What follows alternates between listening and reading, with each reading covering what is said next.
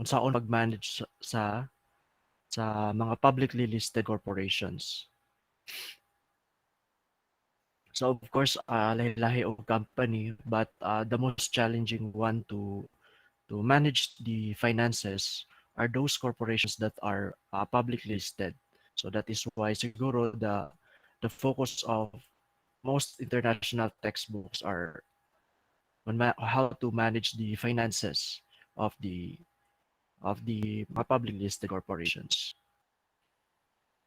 So everything that the management decides in regards to the operations, the investment decisions, including the financing decisions, all of them will have an impact to the value of the share price. And we are concerned with the share price because the ultimate goal of this subject is to maximize the wealth of the shareholders. So if we can increase the prices of the shares, then we are doing towards that goal. And doing something that will decrease the share price will also have a detriment impact to the wealth of the shareholders.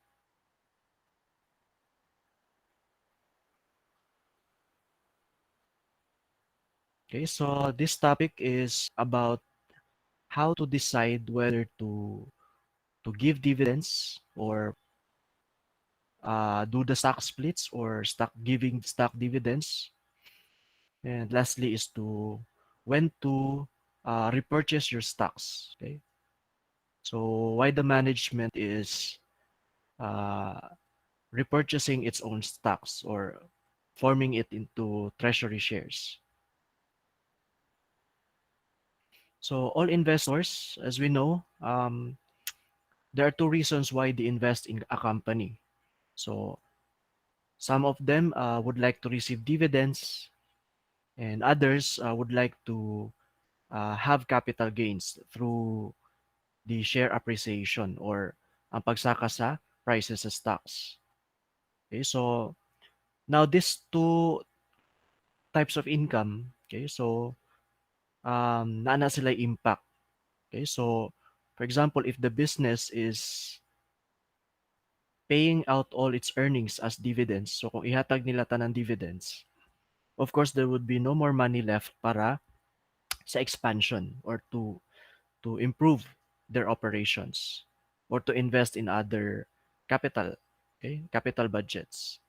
So therefore, kung sige hatag og company og dividends and then wala na kayo mabilin nga net income for expansion or for investment opportunities, then the growth of the business is constrained, okay, or restricted.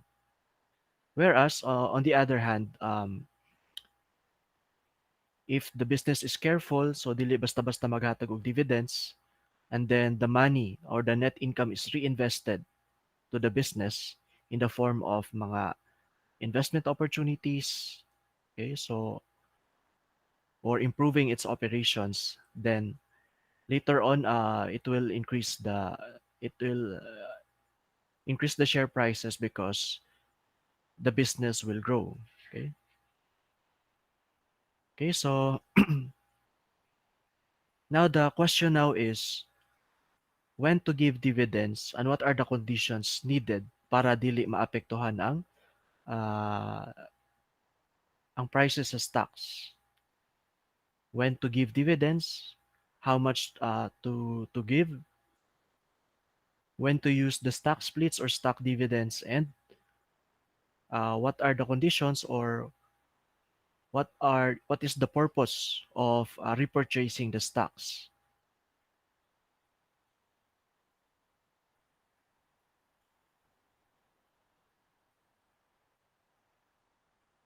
Okay, so specific topics are the following. So you have the dividend policy, the dividend theories, using the residual dividend model, the concept of the dividend reinvestment plans, stock dividends and stock splits, and lastly are the stock repurchases. So what is a dividend policy? So as I have said gaina, dili ka pwede basta-basta na lang mohatag og dividends because you have to consider also the impact as to the to the price and other things.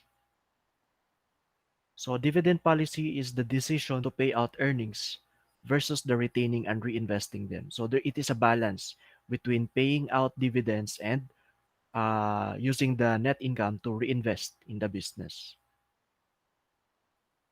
So unsay inclusion sa dividend policy, so you have whether to give high or low dividend payout, whether to give stable or perhaps irregular dividends, how frequent the management should pay dividends, and whether to announce the policy or not. So in the continuation of Modigliani and Miller's relevance theory, so according to this experts, so the investors are indifferent between dividends and retention generated capital gains.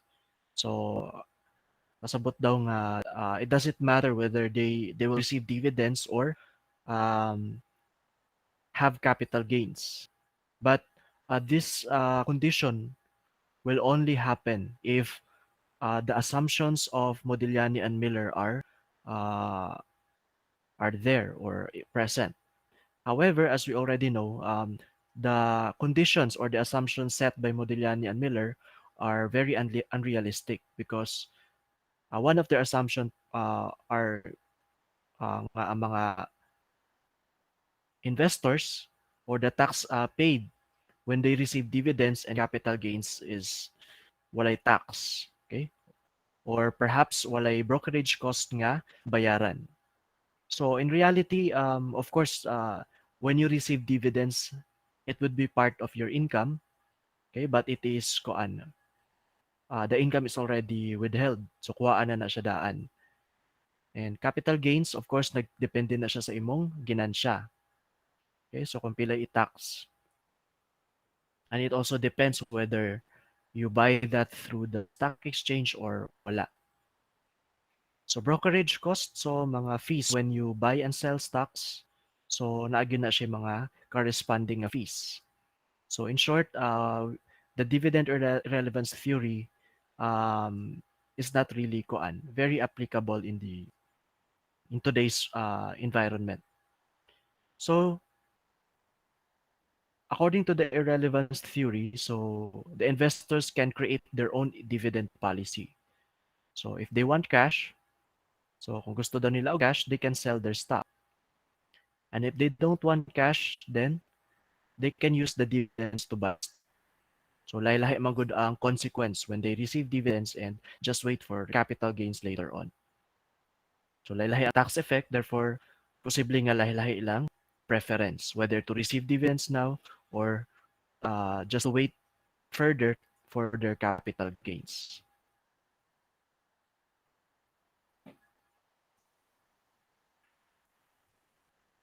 So these are the reasons why investors might prefer dividends. So many think dividends are less risky than potential future capital gains. So of course, 'di ba, when the board already announced nga mag-declare sila magkuan og dividends, maghatag og dividends. So the the cash becomes a reality. Okay, 'di ba? Your income becomes reality. So assured ang dividends compared sa capital gains. Okay, so that is why it is viewed by a lot of investors nga mas risky ang just to wait and wait for a future capital gain than receive regular dividends now. Aside from that, so there is an opportunity cost. Okay, so when they wait and do not receive their dividends, of course, mga things nga dili nila mapalit because they waited, so mo na ang ilang opportunity cost or the benefits that they could have enjoyed now rather than wait. Okay, and based sa time value of money, we know that the money received now is always higher compared to the value of the money to be received in the future. So all these things contribute to the mindset that the dividends are less risky compared sa potential future capital gains. So investors would value high payout firms more highly, and high payout would result into the high PO. So if you remember PO, so that's the intrinsic value for the stock.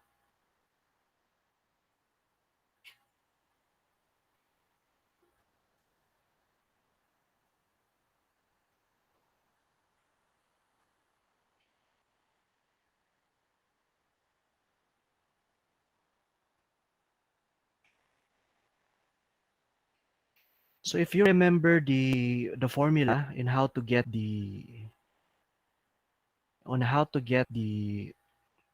PO or the value of the stock. So 'di ba, we have this formula. So dividend 1, or shall we say the next dividend or the future dividend. And then you have G as your growth rate. So based on this formula, of course, the higher the dividends, it will and if the company will give higher dividends and the growth rate is constant, then we can say that those companies that are giving higher dividends would result into higher value of the stock. So let's say 5. So kung karon last year they gave 5 pesos per share, and then the growth rate, let's say 5 or 0.05% or zero point zero 0.05. So compare that with a company that gives 10 pesos per share, over 5%. So which do you think will give the higher value, or the higher intrinsic value? So if you compute this, it will result into 100. Whereas kaning isa, it will result into 200. Okay? So therefore, based on the formula, okay, so we can say that those firms that are paying high dividends would result into higher valuation of stocks. Okay, so some of the reasons why investors might prefer capital gains or capital appreciation. So one reason perhaps is they want to avoid the transaction cost. So they just buy and hold. So remember that every time they buy or sell, okay, so naana siya brokerage cost, okay, or transaction cost. And every time we receive dividends, we're also paying tax, income tax, di ba? So so they don't want that. So that's why some investors just wait and prefer capital gains. So the maximum tax rate is the same as on dividends. So this is based on the US nga taxation, that the dividends and their capital gains tax rate is the same. But remember that taxes on dividends are due in the year they are received. So when you receive your dividends now, it is already subjected to the tax. While the taxes on capital gains, so although taas na imo ang value of stocks, but you will only pay the capital gains tax when the stock is sold. Okay? So kung na-sold na siya, aya pa aya pa ka taksan sa capital gains. So aside from that, if an investor holds a stock until his or her death, beneficiaries can use the date of the death as the cost basis and escape um, all previously accrued capital gains. So, for example, during the lifetime of the deceased, okay, so before siya namatay, niabot to siya 200. So, na time nga niabot og 200 per share, and then the cost is just 10. So, the capital gains would be 190 per share. So, multiply that by the number of share, then multiply by the capital tax gain. So, mo na iya capital gains tax. But what if at the time of death, so mo man ni ang basihan sa ilang estate, mo po ni ang basihan sa to compute the estate tax, 'di ba? If you recall, So all assets before they are transferred to the ownership of their beneficiaries, so they must pay estate tax, so which is currently 6%. But the valuation of those tax would be at the date of death. Okay, at the date of death. So kung ang value niya at the date of death would be 90, okay, so 90 per share. So the cost would be 10. So the capital gain nga basihan to compute would be lesser compared to the other days nga taas ang ilang capital gains. So mo ni pasabot niya nga the beneficiaries can escape all previously accrued capital gains because your basis is not on the day nga niabot siya sa pinakataas nga price but at the date of death.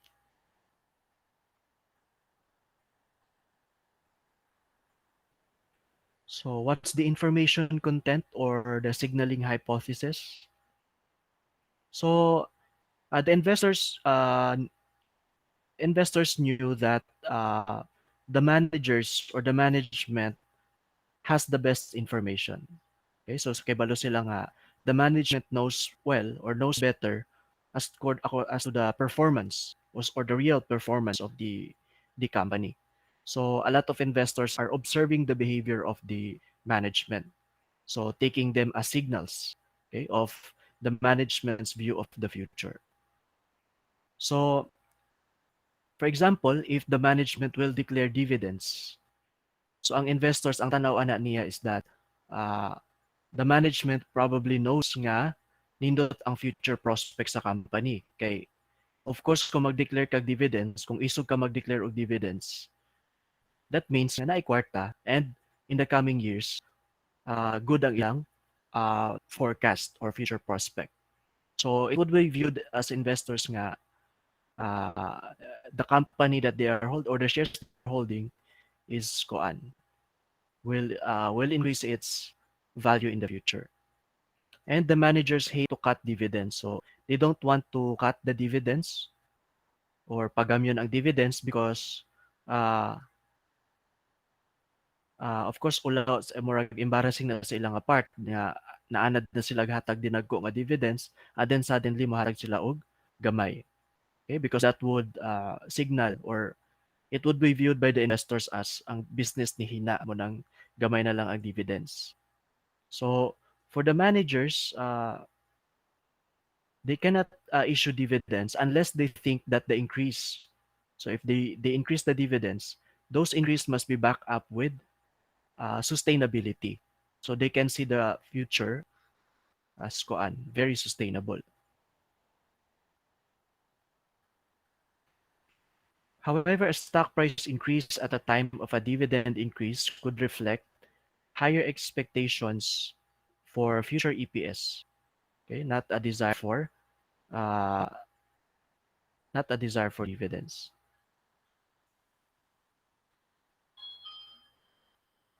Okay, so dili lang ang stock price of course dili lang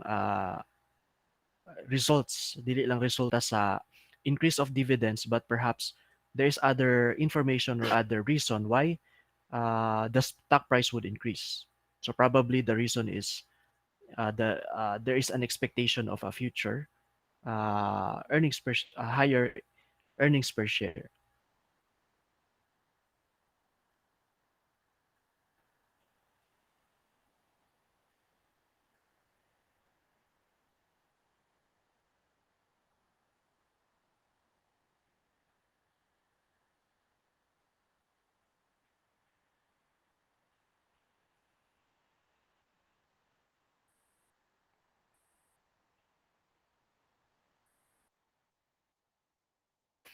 So next, dividend theory is about the clientele effect.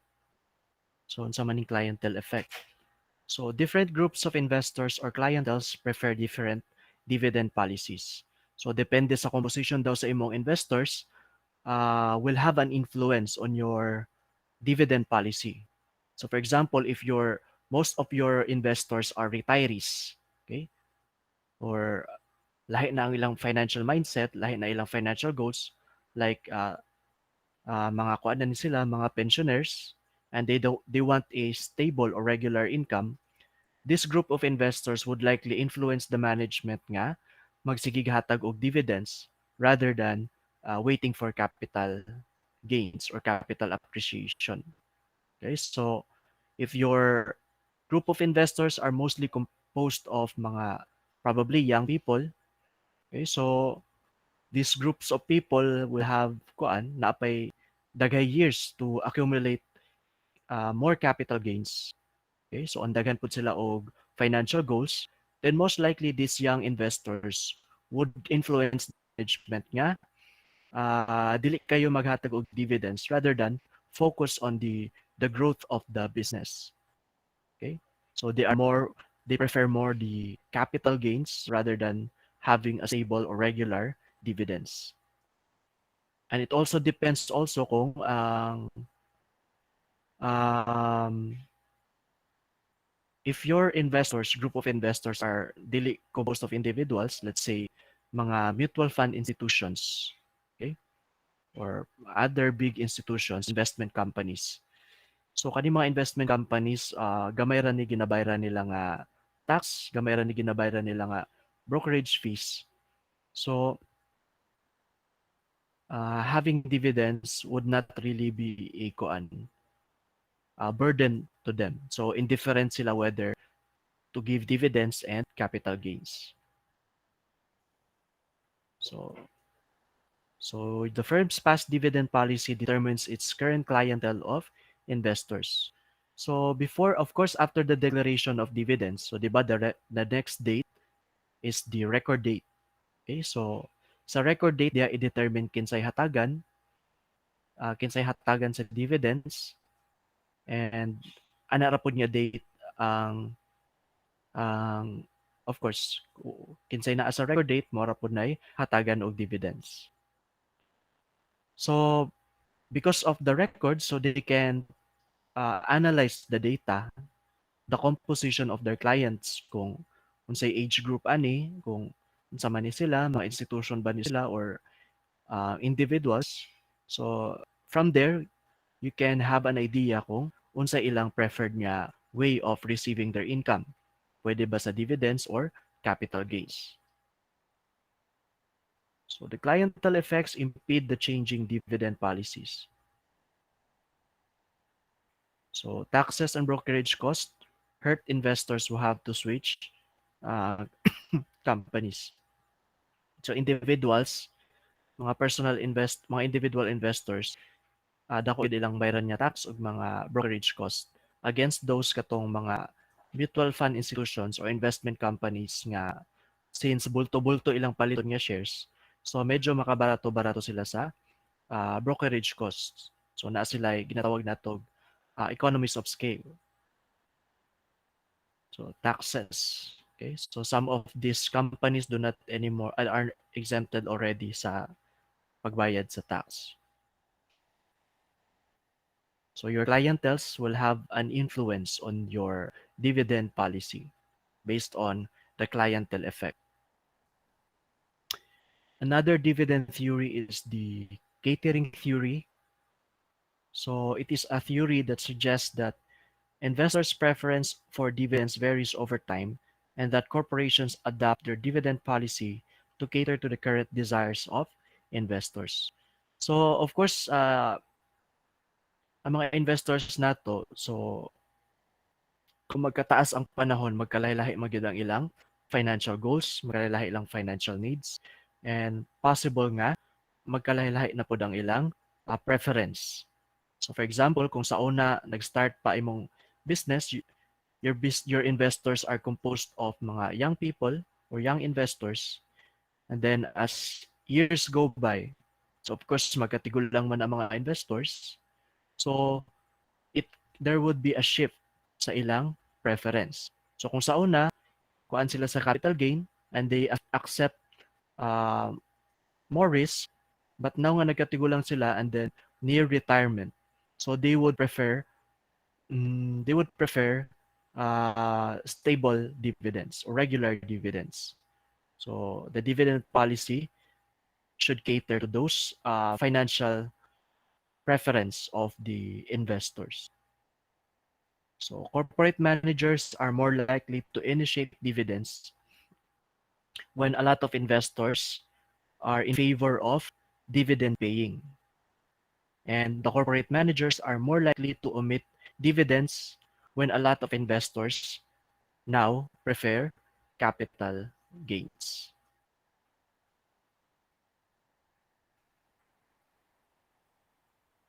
Okay, now let's talk about the residual dividend model. So, so among all the sources of financing, so actually ang less costly ra gyud ana is ang ah kumbaga kung absolute amount atong hisgutan, absolute expense or absolute cost, of course, mas makabarato ta if the financing is gikan sa retained earnings. Okay, so out from our net income. That's because we do not pay interest expense and we do not pay mga flotation cost or issuance cost of uh, new stocks, 'di ba? Kung mag-issue na po stocks, you have to pay a lot of charges. So that is why before we give dividends, okay? So kung naay mga investment opportunities, so sa retained earnings na dapat kuhaan. So i-appropriate nimo ang retained earnings for some investment or capital budget.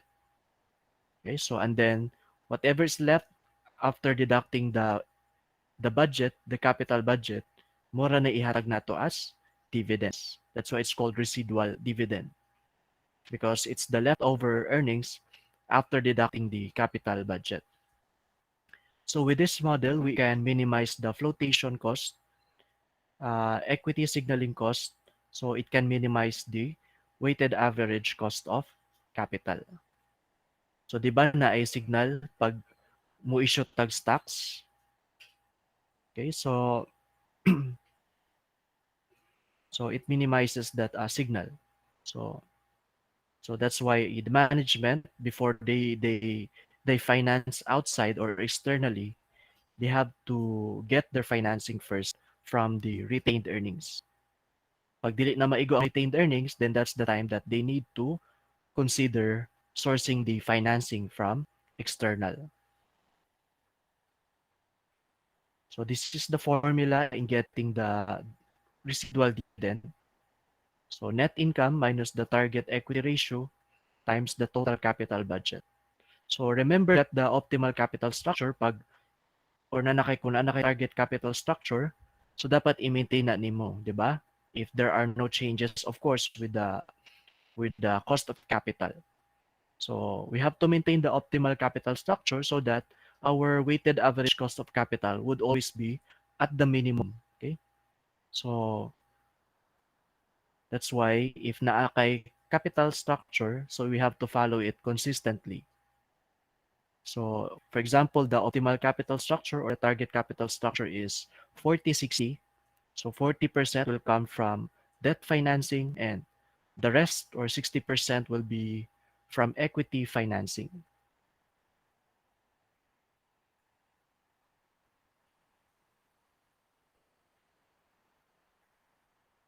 Okay, so the forecasted net income is 600,000. So the question is, how much of the forecasted net income should be paid out as dividends? So muna ang formula, net income minus the target equity ratio, which is 60% times total capital budget. So your total capital budget is 800,000. So 60% lang ang finance ni equity. So nganong kuan man? It's because the retained earnings is part of the equity. So 60% times 800. So you have 480,000. So 800,000 minus 480 mo na ato ang igahatag as or the maximum amount that we can give as dividends. So to continue the calculation, so 60% of 800,000 is 480,000. And then calculate the excess or residual. So forecasted net income of 600 minus 480,000 nga budget for the capital. So you have a residual amount of 100,000, or it's the maximum amount that you can give us or you can pay as dividends. So nakapay kag dividends, at the same time you are maintaining the weighted average cost of capital, and you are minimizing the flotation cost. Now, what if, by the way, the payout ratio for this, okay, so you have 120,000 over 600,000 ang imong net income. So the dividend payout ratio is 20%.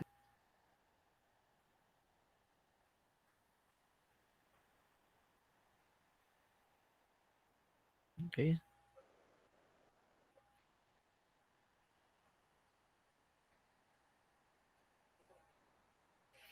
Okay, so the opposite of the payout ratio is what we term as the flowback ratio, or it is the amount of net income that is given back.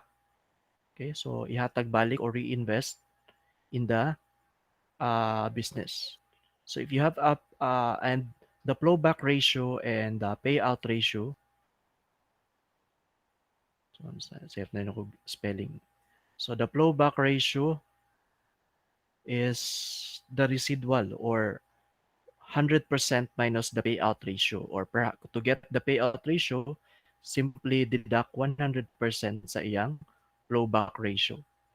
So kung naghatag kag dividend niya 20%, then the remainder is what we call the flowback ratio, okay, which is 80%. Okay, so this is the percentage that you reinvest sa business.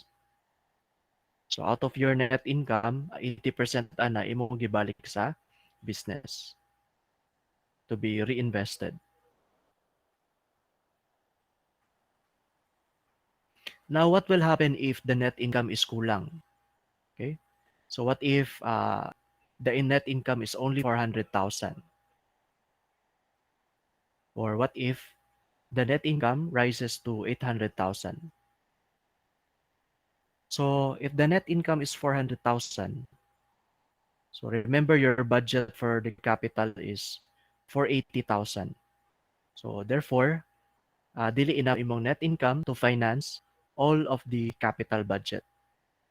So you still need financing, 'di ba? This is the time nga um mo resort na ka into additional financing, or you will use now the external financing. So you will need another 80,000. So since the dividend results in a negative number, the firm must use all of its net income to fund the budget. So katong 400,000 nimo, huro to siya to fund the capital budget. And since kulangan, so you can issue equity and borrow money to maintain the target capital structure. So you still have to maintain the target capital structure nga 40-60. So sa kaning kulang nga 80,000, so mag-finance na po magbaro kag money 40% lang, the maximum nga pwede nimo i-loan. So that's mga 32,000. And then 60% will come from issuance of equity or new stocks. So 60 times 80, so that's 48. So muna siya ang i-finance sa equity. So pag naanak kay target capital structure, every time nga you finance externally, you have to maintain that ratio. Unless, of course, there are changes in the individual cost of capital. So the payout ratio for this case, so wa kay ihatag nga dividends. Because you will only give dividends if there is a residual from your net income.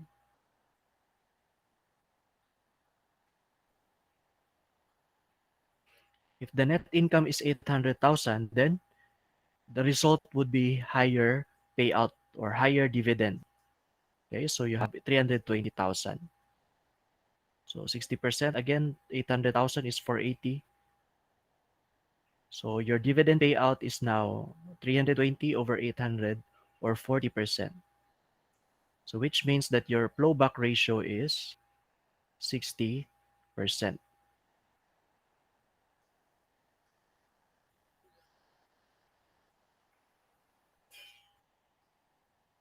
So how would a change in investment opportunities affect the dividends under the residual policy? So makaapekto ba daw ang mga investment opportunities sa company when they uh, uh, dec- when they issue their residual dividend policy?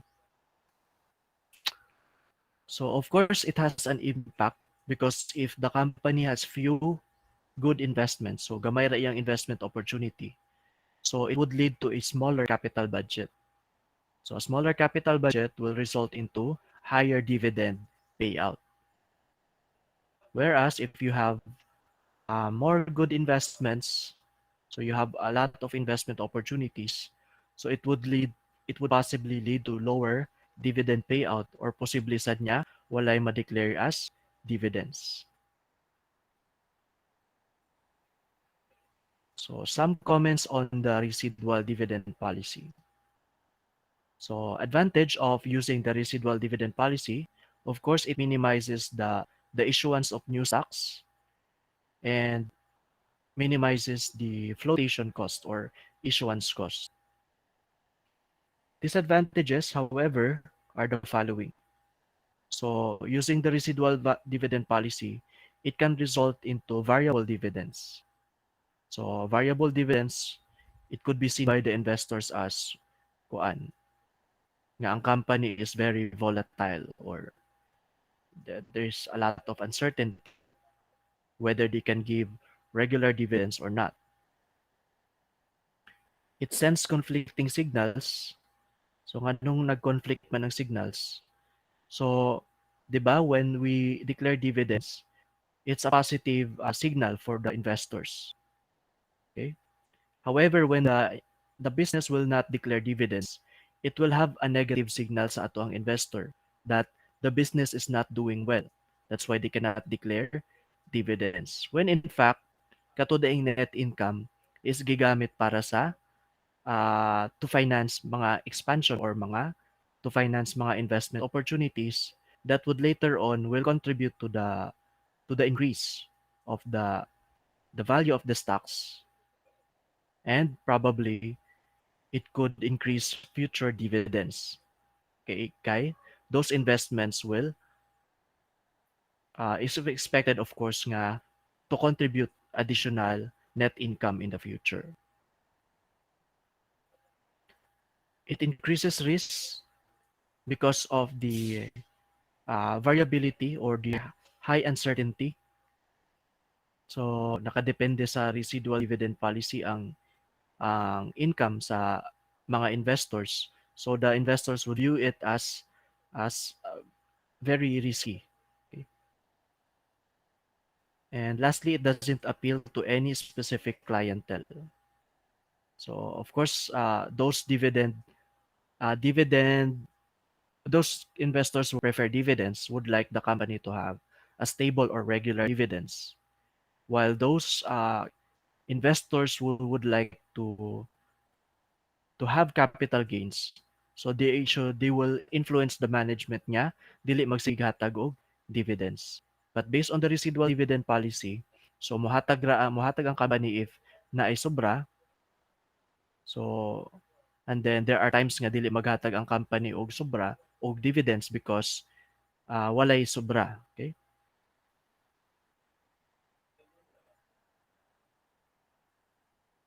So conclusion, we can consider the residual policy when we are setting a long-term target payout.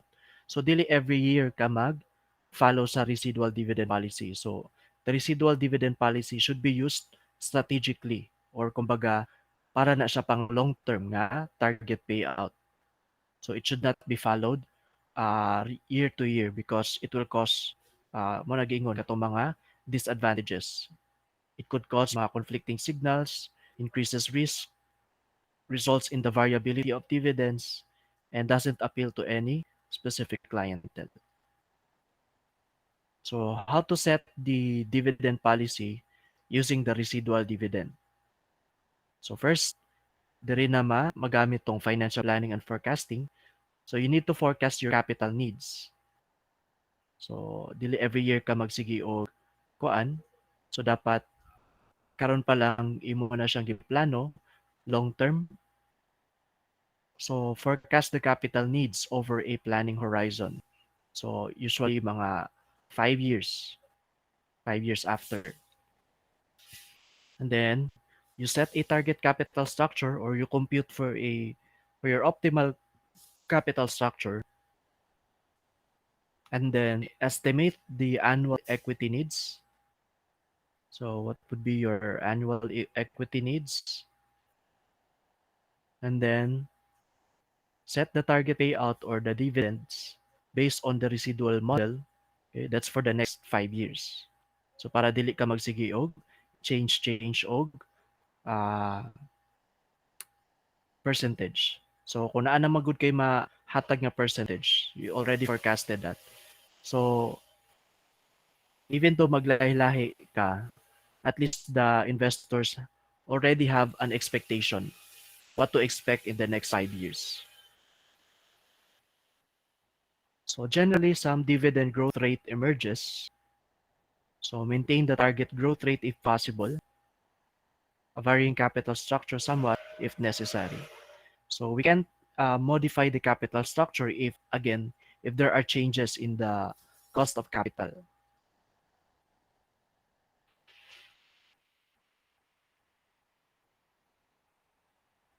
So we are, because of this setup, we can reduce the variability. We can also reduce the uncertainty on the part of the investors as to their dividends or capital gain.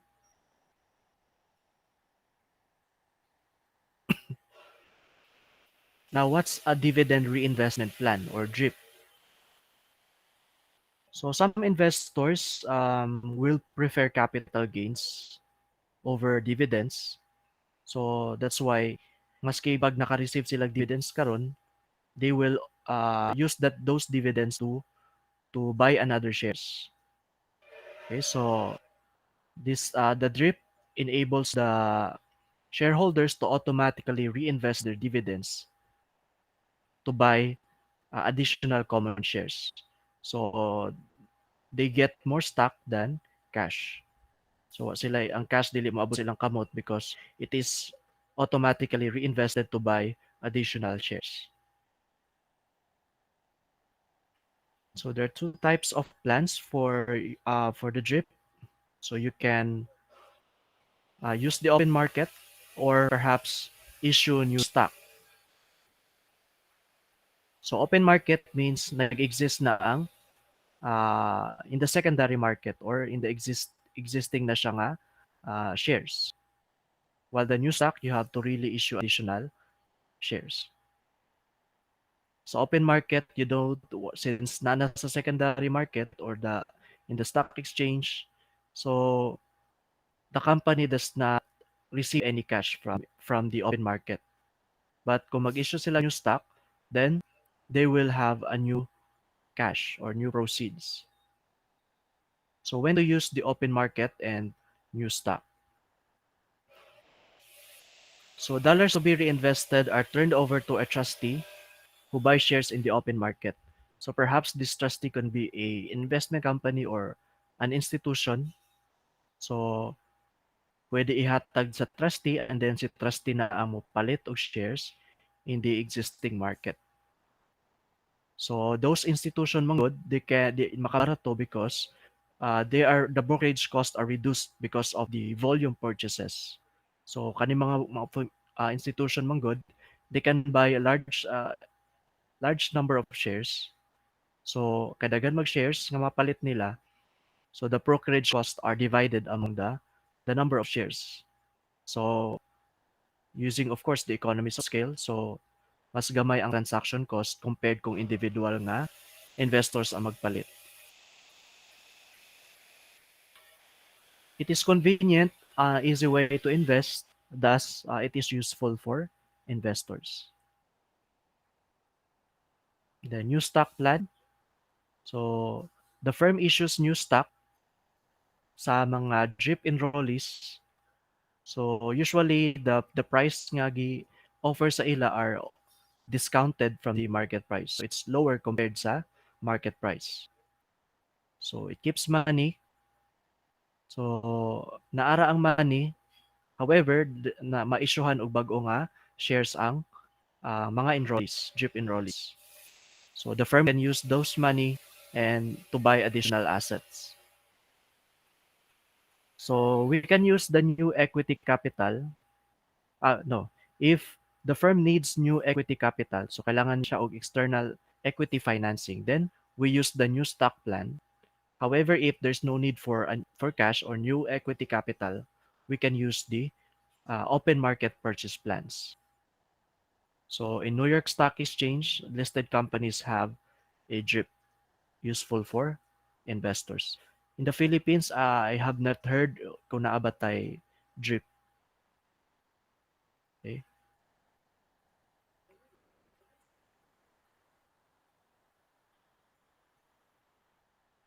Okay, stock dividends and stock splits.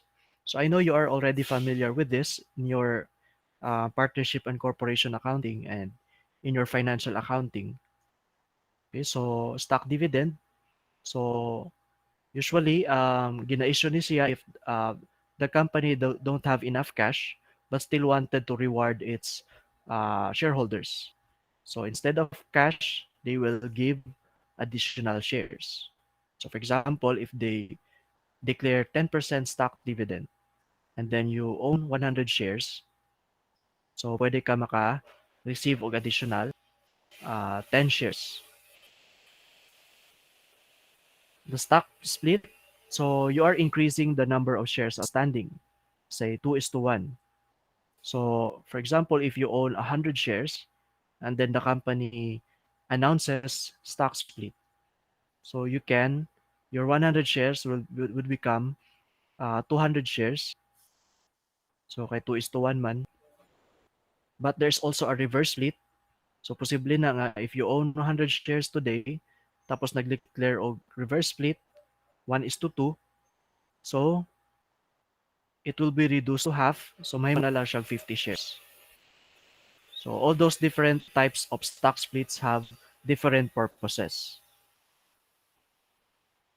But for stock dividends and the usual stock split, the purpose is to lower the price of the shares para mas daghay maka-afford. Okay? Daghay investors maka-afford to buy their shares. So both stock dividends and stock splits increase the number of shares outstanding. So 'di ba, muka-increase sa shares outstanding but the amount of capital is the same. Okay? So katong amount the same lang pero nanagan imong shares outstanding. So the pie is divided into smaller pieces. So most stock dividends or split,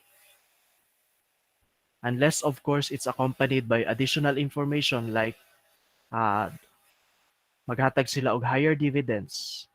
So most likely, the stock price will fall kung every time nga mag-declare og stock dividend or stock split.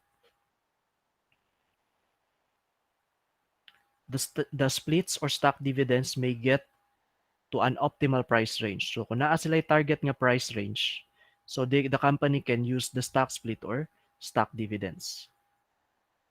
So for example, they want the price range to range from 20 to $80.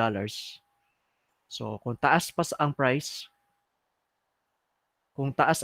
sa 80, let's say 90 ang ilang price karon, gusto nila na mo down para mo abot sa price range, then they can issue or they can declare stock dividends or stock splits para mo down ang ilang price.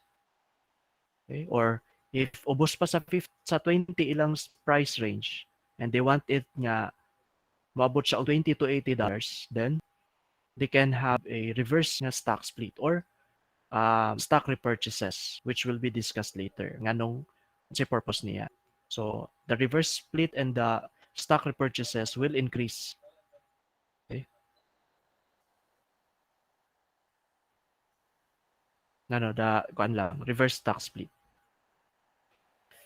Stock splits generally occur when management is confident. So, although nag-down ang price because of the stock split, but the investors will perceive it as a positive. Okay? So, the stock splits are kuan, um, when the management issues stock splits. So, it gives positive signals to the company, to the investors rather, nga the future prospect of the company would be better. So on average, the stocks tend to outperform the market in the year following a split. So again, the purpose of the stock split is para mas daghan og shareholders nga maka-afford.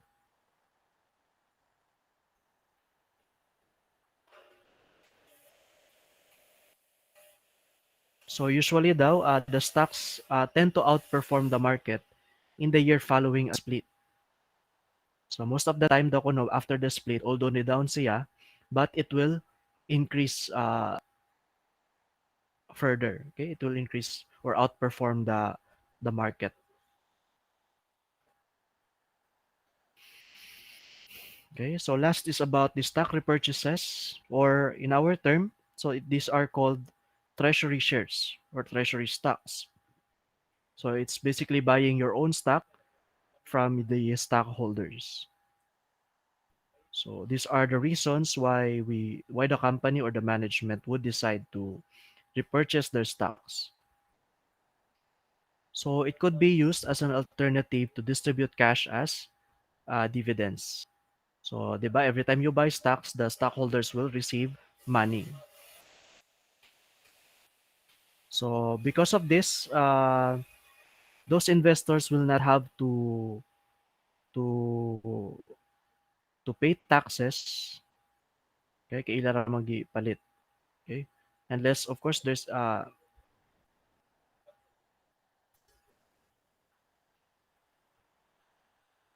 okay, so there's a capital gain pero probably dili kayo inana kay um, dili na nakadako ilang capital gain. Or to make a large capital structure change, so you can use the stock repurchases if you are targeting your or changing your capital structure. So let's say daghan na kayong equity compared sa liability.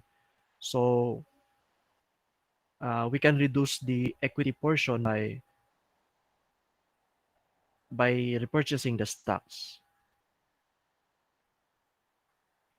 So to obtain stock for use when options are exercised. So if you remember the kuan, 'di ba kung nakakuan mo sa employee benefits, there are times nga the performance or the reward is through stock options.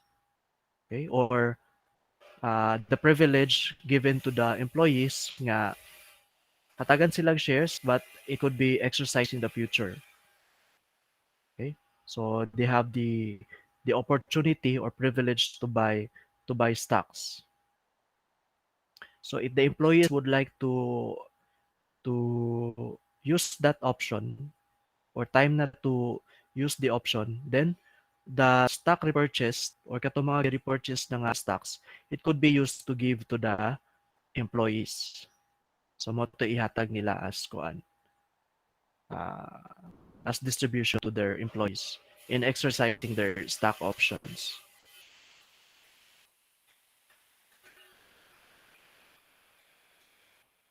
Okay, so there are advantages or and disadvantages of the stock repurchases. So one, the stockholders can tender or not. So there's na privilege ang stockholders kung dili sila mupalit. So pwede sa lain stockholders na lang mo i-offer. So it helps avoid setting a high dividend that cannot be maintained. So riba, the number kung dagan imong outstanding shares, daghan kag hatagan nga dividends. So it will increase your dividend expense. So to minimize the dividend or to avoid setting a high dividend, then we can use the stock repurchase para mugamay ang dividend expense. Repurchase stock can be used in takeovers or resold to raise cash as needed. So the repurchase stocks or the treasury shares can probably prevent mga takeovers from outside. So especially katong mga ah, gagamit og mga dummy. So para makakuha og kanang majority shares. So to prevent that from happening, so if they found out nga na inana, then they can uh, the company can repurchase some stocks to increase increase their shares to majority level. Or you can use the treasury stocks. You can resell your treasury stocks to raise cash. So it would be a source of financing later on.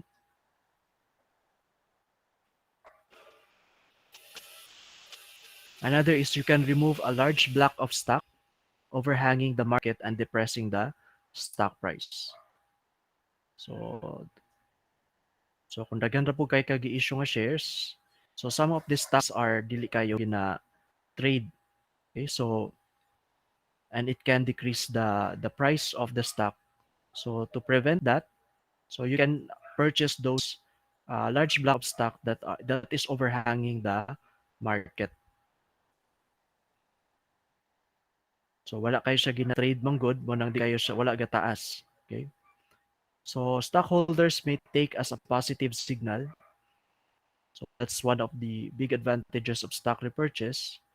So the investors will think that the stock is undervalued. That's why they want to repurchase the stocks. So if they repurchase the stocks, it will increase the outstanding. It will decrease the outstanding. Therefore, the price would also increase.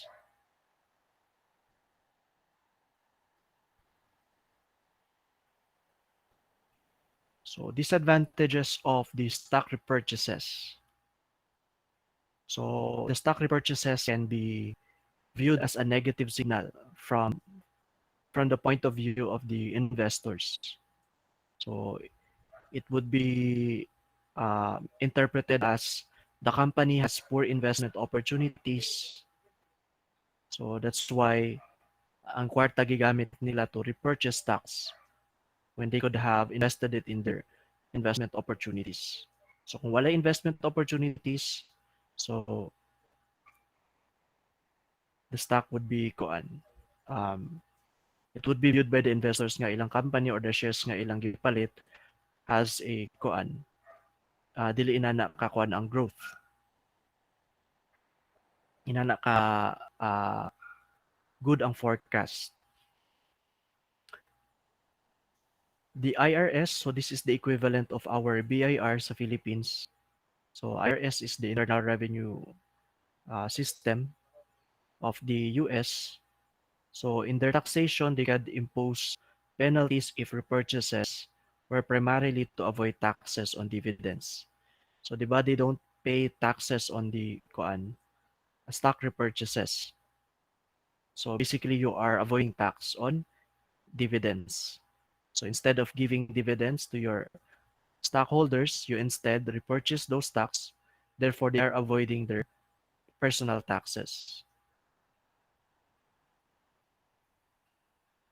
Selling stockholders may not be well informed, hence be treated unfairly.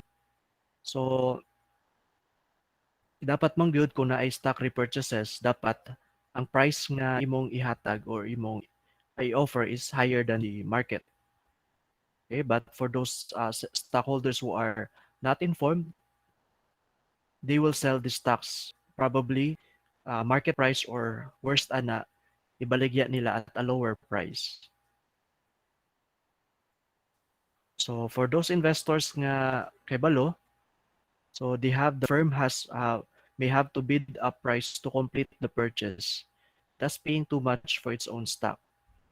So some investors would not like to sell the stocks. So ang mahitabo ana, the firm will have to bid up the price. So mas taas ilang buying offer compared sa market. So okay, so those are the advantages and disadvantages of the stock repurchases.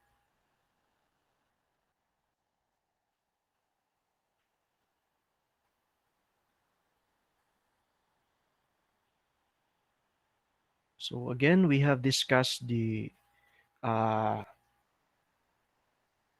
the distributions to shareholders, specifically about declaring dividends and share repurchases. So what is a dividend policy? The the relevant theory as to the dividends. So reasons why investors might prefer uh, dividends over capital gains. Invest reasons why investors might prefer capital gains.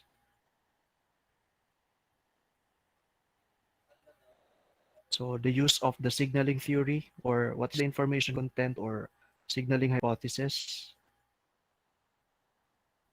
the clientele effect, catering theory, the residual dividend model. So how to get the residual dividend.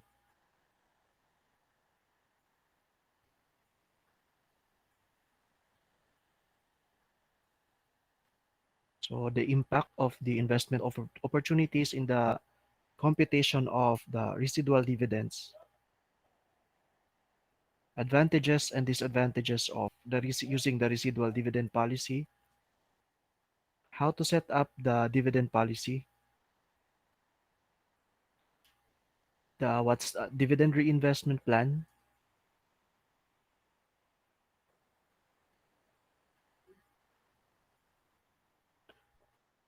the use of the stock dividends and stock splits.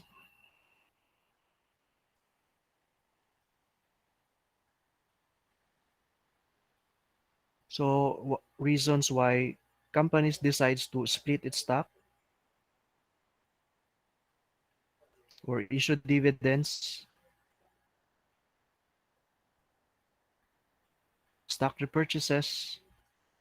So and the reasons why um, the company or the management would like to repurchase their stocks, and the advantages and disadvantages of repurchasing your stocks.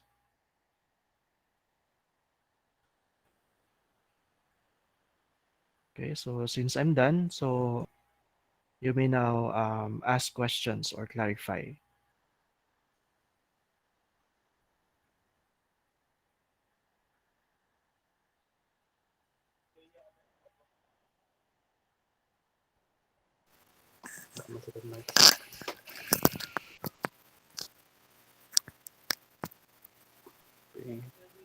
Okay, yes, Carlo?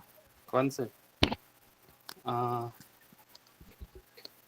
situation na lang ako, sir. Kahit duha ka company, sir, A ug B. Mm, mm, Ang isa ka mm, company, na siya good yung dividend policy compare sa isa ka company, sir. Pero iyang mm, income is dili siya good compare sa isa.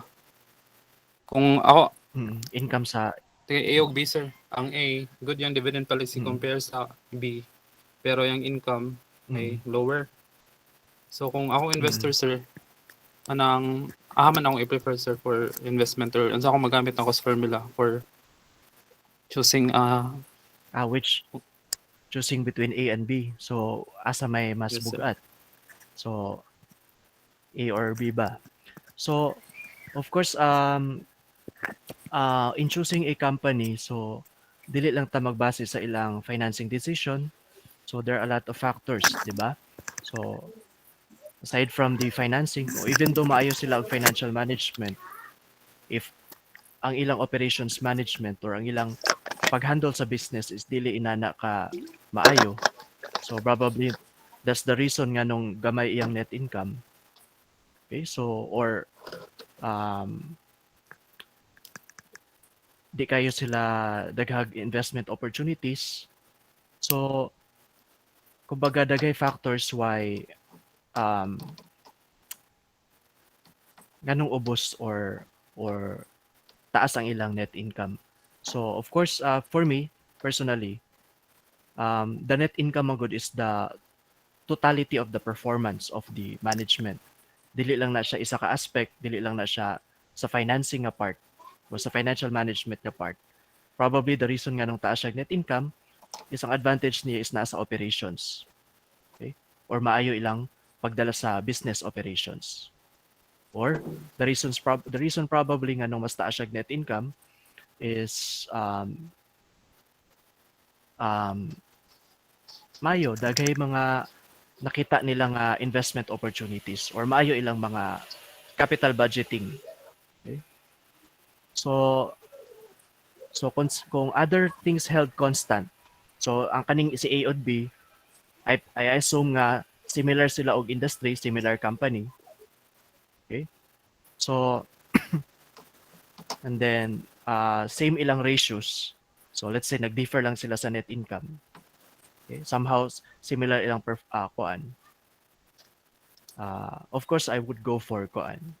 And uh, dapat dili sila parehas og ratio. Dapat uh, ang katong taas og net income better pud ang iyang financial ratios. Kay posible manggod na siya nga taas iyang net income pero when we compute for the ratios makaingon ta nga kuan di ay mas better di ay performance ang isa. Okay? So ang ratio man gud mo ay mag-equalize sa duha ka company. Okay? So for me, kung kinsa to'y maayo sa ratios, definitely mo to siya para sa ako is a better company because the resources nga gamay ra ilang resources nga naa sa ila pero their performance is way better compared sa katong isa. Kay di man ta makaingon niya absolute amount is mo na gid na siya ang ilang kuan. Way to evaluate which company is better. So I would add probably mag-compute sa ko og financial ratios before I can decide whether to invest in that company or B, A or B. Okay? Answer. So Anang tigay parang sa imong company sir kanang unsay mas better na dividend policy. Unsay gamiton na cost formula sir na mas better gid na ma-assist gid nimo kung ahad sa ila ang kuan. asay better nga Cost dividend formula nga policy. gamiton sir for determining kung iparang ang mga company. Kung iparank ang company, kung dividend policy dili ko kuan. Kung dividend policy lang akong tanawon sa mga company, dili ko makaingon which is better than the other kay especially on the point of view of the investor. So um, of course kung investor ka nga gusto ka dividend paying nga company, you would go for a dividend policy nga muhatag og dako nga dividends. But if I am an investor nga okay ra ko nga mo forgo sa dividends kay I am expecting a higher share price in the future. Mas gusto nako ang capital gain kaysa sa dividends. I would go for a company nga ang dividend policy nila is dili more on sige hatag og dividends but katong mo prefer og capital gains. Okay? So magdepende na siya sa imo, magdili lang na siya magdepende sa company, magdepende na siya sa investor. Okay? So which dividend policy suits the financial needs of the investor, mo na posible nga pilion niya. Okay? But siguro what you mean is which company handles money better. Kana, di ba? Because that could be an impact nga nung mo pili ka ana nga company. So makita man nimo sa ilang dividend policy kung klaro ba. So if it's based on science or it's based on their judgment. So kung quantitative alone, so di ta makaingon kung asay much better nga financing. Okay? Kung asay better nga financing. You have to read their reports, their annual reports or financial reports, how they come up with their dividend policy. Kay that's one katong gi discuss na ako about the decision about dividend policy is of course it's not only quantitative but the financial managers must consider the entire kuan. Kumbaga na ay lain factor why they come up with the dividend policy. So for me, I can gauge kung kinsay mas better nga financing policy if there is really kuan. It's backed by quantitative nga formula or quantitative nga pagka-compute sa dividend policy and na-consider na sad nila ang ilang investors, ang external situation. So kana katotanan niya factors mo to'y gusto nako makita sa ilang dividend policy. Okay? But of course, vlogs na dayon tong company nga come up with a dividend policy nga wala bitaw niagi og study, wala gi kuan. It's not out of research, but out of kuan lang gid nila, ilang kagustuhan. Okay? Makatas. So I hope na answer na ko imong kuan question. Wala man si Denmark, sir. Ang question isa. Ah, other questions?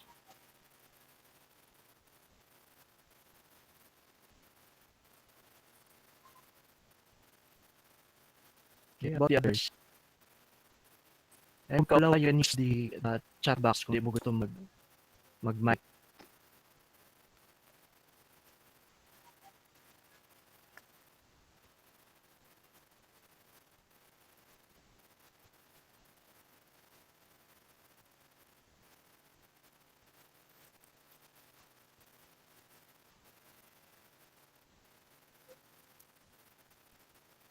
Ano lang, sir? How about, sir, existing Sige, sa sige. preference shareholders? Ano sa effect niya sa sir? Sa company, sa investor? Kung always na lang ka mag-issue mga preference lang.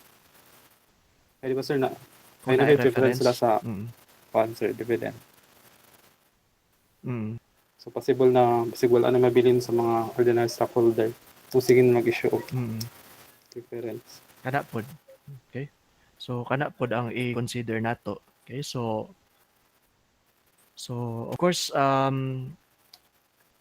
'di ba as we already know nga the preference acts kuan kumbaga inform it's part of the equity but mostly kumbaga mura na pod siya og um, Liability.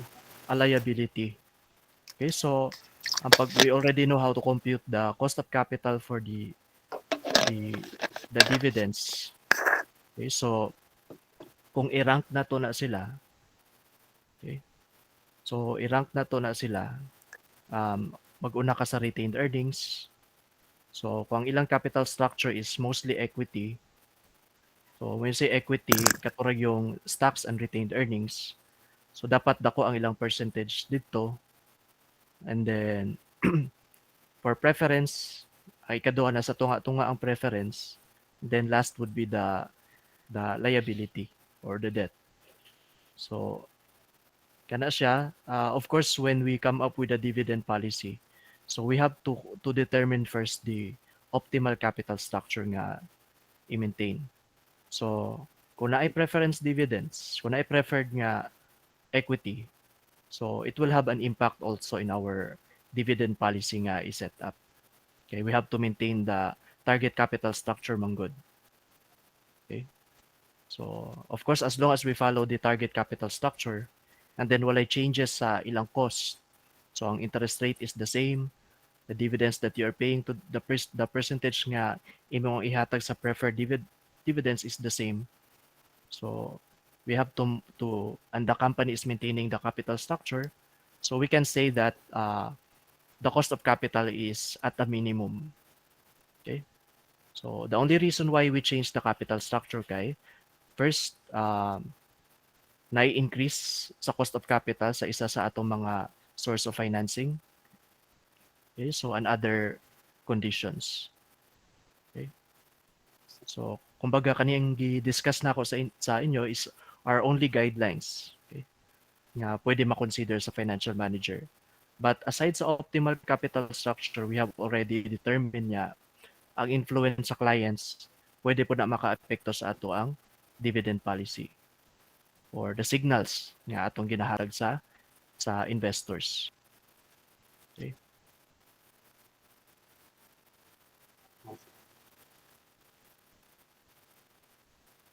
Okay, so mo na siya sa financial management. Actually, it will not really give you the concise answer, but those are only meant to guide the managers in their decision making. So the financial management is really more on art gihapon compared sa kuan, okay, science.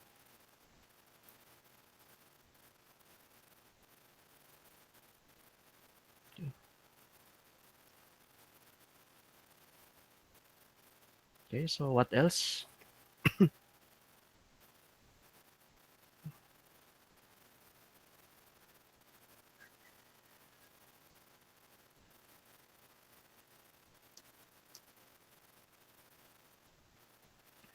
Okay, so we have to break for our kuan sa kanang mga online meetings.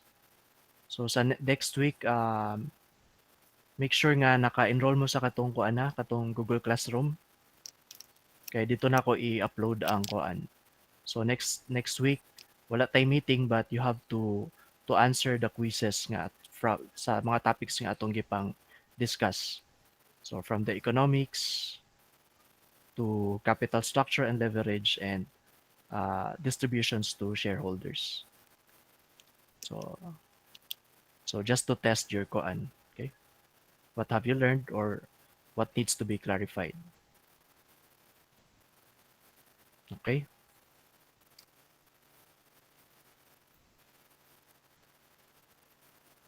Okay, so wanay question or napay koan? Napakay question Carlo basig napay koan nimo? Wala na, sir. Okay ako, sir. Wala na. Okay. Okay, so hopefully next time ha katong uban maanay question. Okay?